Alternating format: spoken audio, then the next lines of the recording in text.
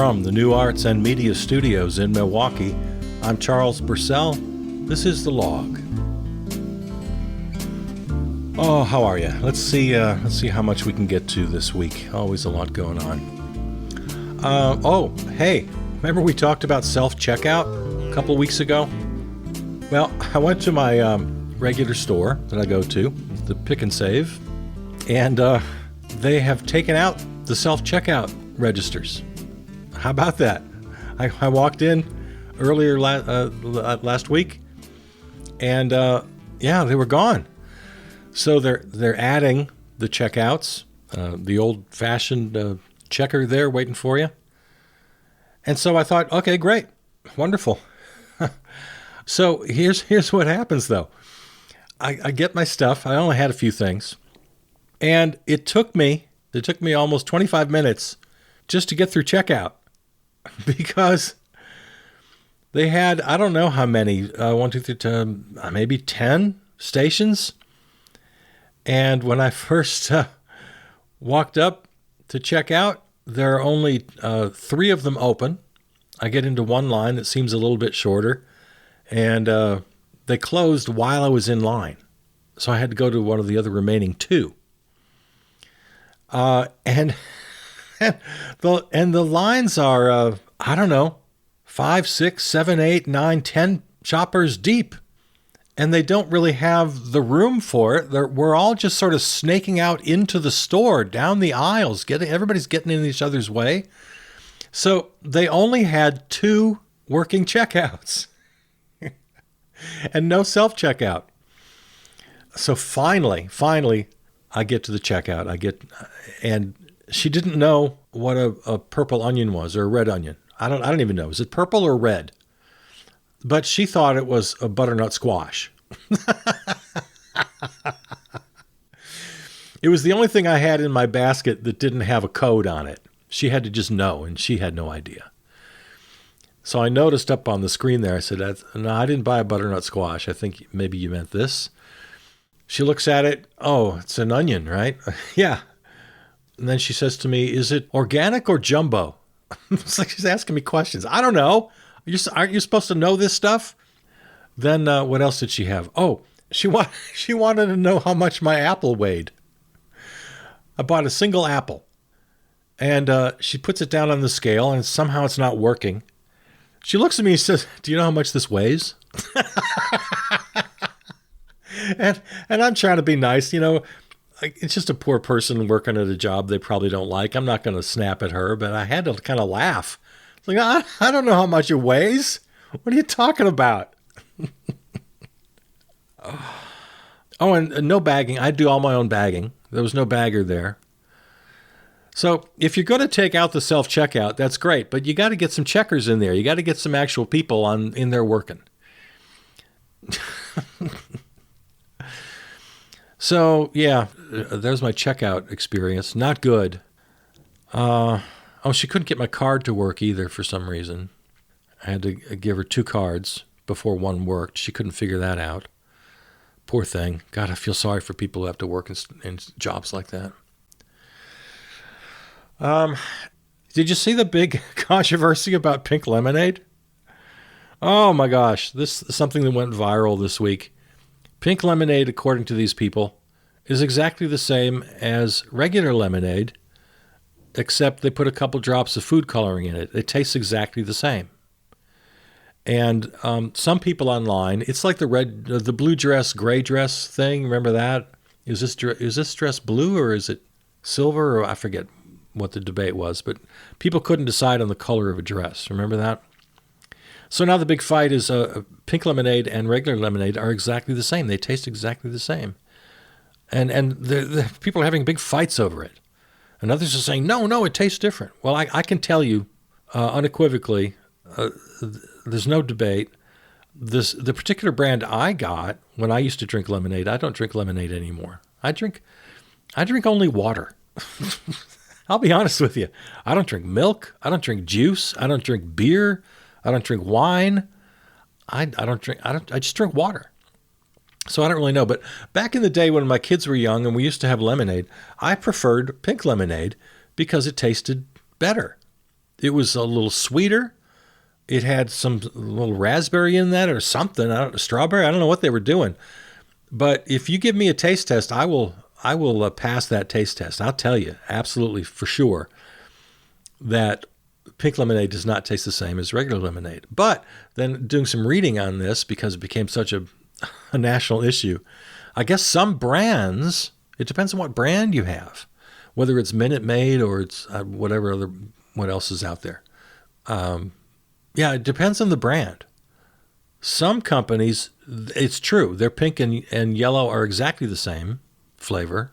They just put a little food coloring in. So it depends on what brand you have. My particular brand, I recall, was a different flavor. So if that's been concerning you, there's the answer. Something else that went, just people go nuts. People have to find things to. Maybe it's because we have no power in our lives that we feel the urge to fight. I got to have some power somewhere. I've got to win somewhere. I'm not following this story closely, but the WNBA, you've probably seen this come across your social feed. Of course, the rookie sensation, Caitlin Clark, got all the press because she's the highest paid WNBA player of all time, and she was this big college star, and now she's begun her professional career. And one of her arch rivals, Angel Reese, also is playing in the WNBA. And so there's this big thing where people are claiming that Caitlin Clark is getting pushed around. Like, I don't know, somehow they're jealous of her. She's getting all the attention. Again, I'm not following this closely, but people are going crazy. And what I've noticed is people who don't know anything about feminism or about social issues generally are weighing in very heavily. Namely, sportscasters. They know sports. They know all about sports. They know more about sports than I'll ever know about anything else. You ever talk to a real sports fan, or even worse or better, depending on how you view it, these sportscasters, they just know this stuff. They're encyclopedic knowledge of sports. But then they try to weigh in on this social issues of feminism, issues of misogyny, and they're saying just the biggest, dumbest things. And then it happens the other way around. Social warriors out there, people who really do know about social justice and about feminism and about misogyny and about the way the world ought to work, know nothing about sports. And they're weighing in on the sports side of it. So everybody's an idiot. So that's why I'm kind of laying back, because I don't want to jump into this fight and just sound like an idiot. Okay, I'll give you this. Here's the one thing I'm going to say about the WNBA. The one thing. I hate the orange and white ball. I hate the two-colored ball. No, just go to a regular orange basketball. The orange and white, it's an optical illusion. When it's orange and white, it makes the ball look like twice as big as it actually is. It looks really weird. And it's very distracting. So that's my only take on the WNBA right now. Lose the orange and white ball. Go to the regular orange ball. All right. What else? What other really important stories can I talk about? Well, it's June. I like June. I'm not a big fan of spring, March, April, May. Never know what the weather's going to be. It gets mushy and sloggy out there in my part of the world. There's mud and slush, and you never know if it's going to snow or be 90. Spring is weird here where I live. So I'm not a fan. It's my least favorite of the four seasons. But I kind of like June. Not too hot yet, but the weather's nice, and nice things happen in June. The summer solstice happens in June. And you and I have talked about the summer solstice. I'm a big fan. I'm not a religious person, but I really kind of love this sort of the cosmology of it and the nature of it and the balance of time and the old kind of really ancient indigenous Wiccan kind of spiritual notions that are included with the summer solstice and the whole thing at Stonehenge. And I love summer solstice. It's if I have a holiday that I like, none of the traditional holidays, oh my God, Memorial Day and Veterans Day, all the warmongers come out and, you have your mattress sales, and it's all so annoying. And then, of course, Easter, I've been an agnostic for a long time. And so, I get into the pagan aspects of Easter. That's cool, I guess. But solstice, the summer solstice and the winter solstice, that's when I feel some connection. I feel, yeah, I like that. I like it. So I like June, and it's Pride Month. Pride Month too. I like Pride Month. The right wingers and the misogynists and the haters and the racists and all those types. There's too many of them. A lot of them. They'll always say, "Well, why do we have to have a Pride Month? Why don't we have White History Month? Why don't we have Men's Month?" Right? It's so horribly obvious that we still really need, and it looks like we will need for a long time, an acknowledgement of an LGBTQ awareness month. We need a Pride Month because there's still a long way to go before this world is fair to some people, and there's still great issues. And even as we speak, people like Clarence Thomas on the Supreme Court are talking about revisiting marriage rights and things like that. We got the total war on trans people from the legislators in Louisiana and wherever else you want to visit, Florida, of course, and then all the way down to people like Bill Maher, who think they're being all open and fair, but they want to somehow have the right to pick on trans people because, well, I do comedy. That means I can do anything. That's my license to pick on anybody. They just don't get it. They don't get it. So, I always like Pride Month. I wave my pride flag proudly, and always makes me a little happy that, the parades and the different programming, yeah, it's a good thing. Makes me happy. Oh, speaking of the flag, I saw one story. I loved this. It's been going around among the right-wing conspiracy types that Democrats have been calling to redesign the American flag to make it more inclusive. Reuters did a fact check on this and found no evidence to support it. But yeah, the right-wingers are all up in arms. Democrats and people on the left want to change the American flag to the pride flag.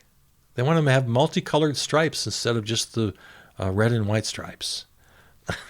So I saw this story, and the reason I liked it so much is because this was my idea. I think it should be changed. I would love to change the American flag.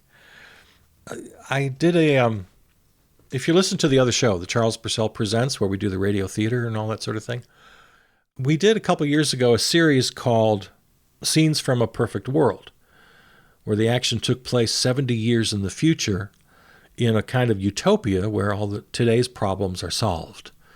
And I had fun writing and producing that series. And in one of the episodes is about Pride Month, and they're at a parade, and the old grandpa is telling his grandson about the American flag, because 70 years from now in the future, it is the multicolored pride flag. That is the new national flag for the United States of America, because I think that's how the world ought to be.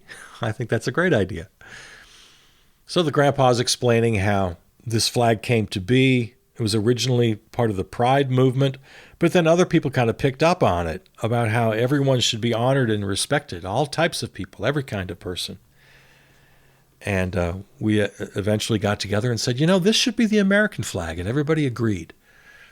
So in my utopian future, the pride flag is the American flag, officially. And so when I saw this story, that just made me smile. Yeah, that's my idea. That's often the case when right-wing crazies lie about capital D Democrats and the kind of the centrist left, the establishment, the Joe Bidens of the world, when they call them radical, leftist, socialists, anarchists, all those ridiculous names, and they bring up something like this, they want to change the flag to a pride flag. This is just one example of the right-wingers talking about me when they're criticizing the centrist left. It's like, no, Joe Biden doesn't want that. Ocasio-Cortez doesn't want that. Even Bernie doesn't want that. I want it. When they say, they want to open up all the borders. They just want no borders. Well, of course that's ridiculous, because that's what I want. I know this very well because I've been arguing with my left centrist friends for decades about this stuff. They want to make everybody equal. They want to tax you so high. They want 90% tax so everybody makes the exact same amount of money. No, they don't. I do. That's me. You're talking about me. I did a whole long program on this. They make these straw man arguments. And I know because I'm the straw man. They want to abolish the police and the military. No, they don't. I do. You're talking about me. If you want to criticize somebody, criticize me. But of course, they don't criticize me because they don't know me and I don't have any power. But they make up all these lies about the Democrats. And if they were aiming these criticisms at me, they wouldn't be lies. They'd be the truth. Yeah, I do want to abolish money. I want to abolish the military and the police. And yeah, I want all these crazy left-wing things. Yeah, I do. I proudly pronounce it every week on this program. So these Democrats are anti-God. I'm reading from The Advocate right now, from this Reuters fact check. These Democrats are anti-God. No, they're not. No, they're not. All my family, friends, everybody I know, they're all capital D Democrats. They're all nice people, and they love God, and they like their money, and they like their houses, and they're all just nice, regular people. I'm the radical anarchist socialist.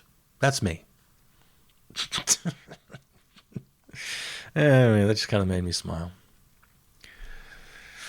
So, conservatives, no, the Democrats did not call for the rainbow flag to take over as the American flag. That's my idea. Hey, did you see in the news that retailers are dropping their prices? Big announcements.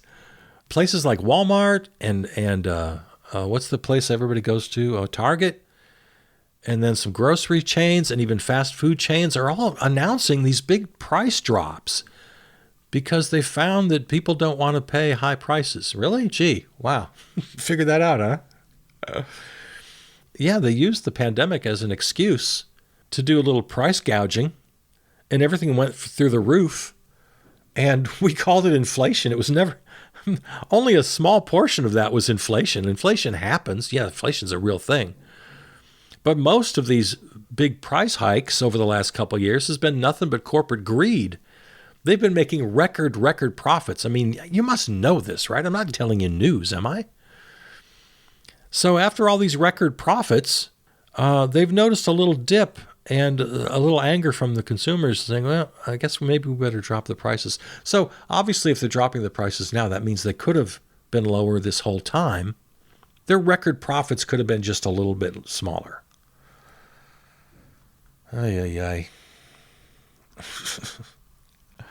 Hey, here in Wisconsin, the Attorney General has announced felony charges against Kenneth Chesebro and a couple of others. The whole fake electors scheme. Remember that name, Kenneth Chesebro? He was, I think the Georgia case, he already pleaded guilty to that. Is it pleaded or pled? Pled guilty? Pleaded guilty. I think it's pleaded. Similar charges in Georgia. I'm pretty sure he's one of the defendants who already pleaded guilty in Georgia. And so now similar charges here in Wisconsin. So Wisconsin finally got around to it. I think all of the battleground states now where this happened, Arizona, Pennsylvania, Michigan, other places, where they tried to pull this fake electors scheme, have already got the courts in motion. So Wisconsin finally joined the party. Good news there. I hope Ron Johnson gets hooked up in this. My senator here, Ron Johnson, was part of that scheme. It was his job to deliver that slate of electors to Vice President Mike Pence, and he tried to. The last minute, Pence said, "No thanks, I don't want that." He put his hands up. No thanks, Ron. Ron's just standing there with an envelope in his hand. Oop, okay. Took it back to his office.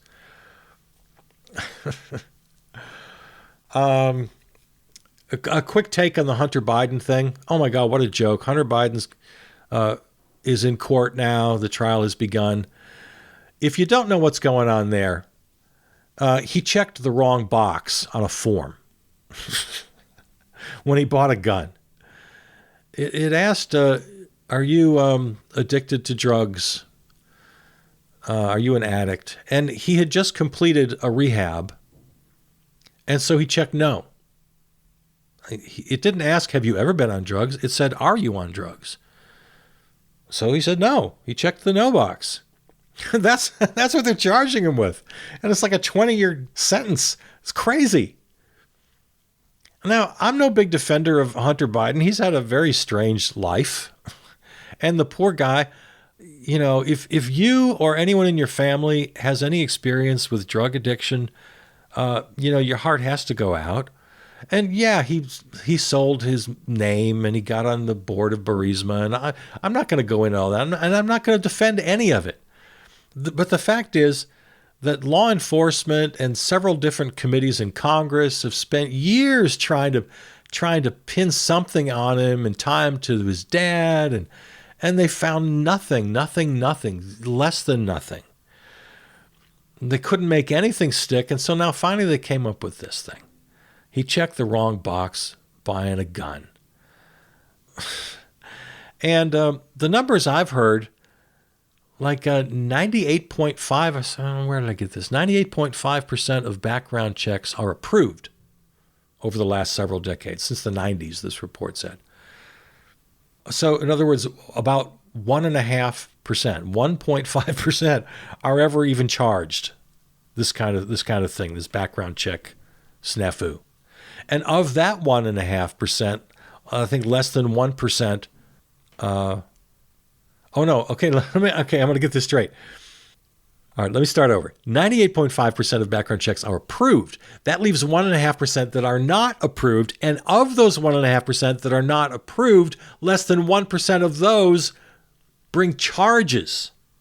So he's in a 0.000 something of people who have been charged with this.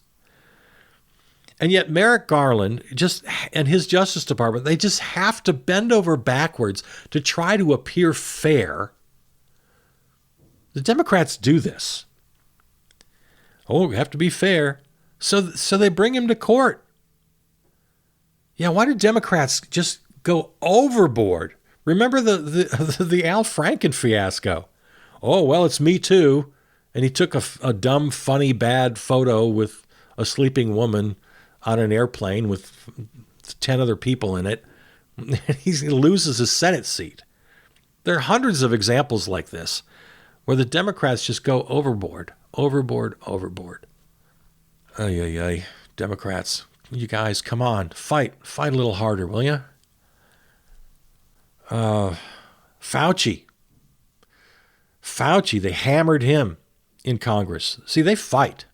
They fight dirty. So they had Merrick Garland in a committee, a congressional committee this week. They hammered him with a bunch of nonsense. They had Fauci in another one. They hammered him with a lot of nonsense. See, we worry about fascism, right? We're always warning about fascism. Let me tell you something. It's already here. When high-ranking officials in the government, all the way up to the Speaker of the goddamn House, when they're using lies and they're using their power of government to hammer their political opponents, that's already fascism. It's not something in the future that we have to sort of stave off. It's already here, folks. The Matt Gaetzes of the world and the Marjorie Taylor Greens of the world are already abusing their positions of power to lie and to hammer political opponents. Yes, politics is a rough sport, but we're through the looking glass. This is a whole different thing here. This is not your father's politics. All right. Okay, I promise next week I'll get into more of the meat of the news. I promise. We got things to talk about. The Joe Biden and the border. He's closing the border because of political pressure, and he's kind of left with a no-win situation. The Republicans put the kibosh on what they all agreed on a border bill. So he's forced to do it by himself through presidential executive order. That's the word I'm looking for. And as everybody's mad at him, the right, I love the right. Well, he should have done this 6 months ago. Well, okay, fine. So, they got to find some way to criticize him. And the left is mad at him. The ACLU is taking him to court. So poor Joe, he just can't win for losing. And it brings up the bigger sort of fundamental revolutionary ideas I'm always talking about. We shouldn't have a president with this much power in the first place who should be able to even make such executive orders. It's a screwy system. President is way too important in government, in our minds, in our mindset. The presidential election takes on this level that it shouldn't have. If I was in charge, if we could jump 70 years to my utopian future, the president is just a person who kind of represents the country at foreign funerals and more of a Miss America type. Not a whole lot of power. Power should be closer to the people. So we need reform. We need election reform. We need government reform. We got to get checks and balances back. On paper, the Constitution's really not too bad. They codified slavery, obviously, and it had a lot of other problems.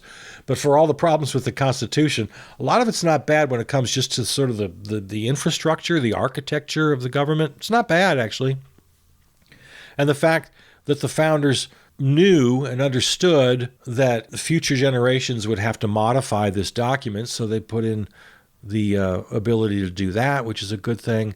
So yeah, Constitution's okay. We gotta use it. And there's lots of reform needs to happen. And yeah, I got some big ideas about, like I said before, we need to abolish the presidency, basically, abolish borders, abolish parties. Yeah, I promise to get back into the real meaty stuff next week. I guess I needed to just vent on some silly stuff today. Go to the website, charlespurcell.com, for this episode and all other episodes, or, of course, to your favorite podcast platform. Contact me, charlespurcell@gmail.com. Follow on Facebook. I know everybody says this, and it sounds kind of cliche, but if you could do me a favor, when you like or love, hit the like button or the heart button, or when you share an episode, or if you make a comment, or if you leave a review, those things make such a difference in our distribution, right? And if you like the program and you think it's worthwhile, hit the share, leave a comment, write a review. That'd be fantastic. Okay, thanks to our flagship terrestrial station, River West Radio, riverwestradio.com. And as always, Peter Donalds wrote and performed the theme song. All right, I love you. Take care. Bye.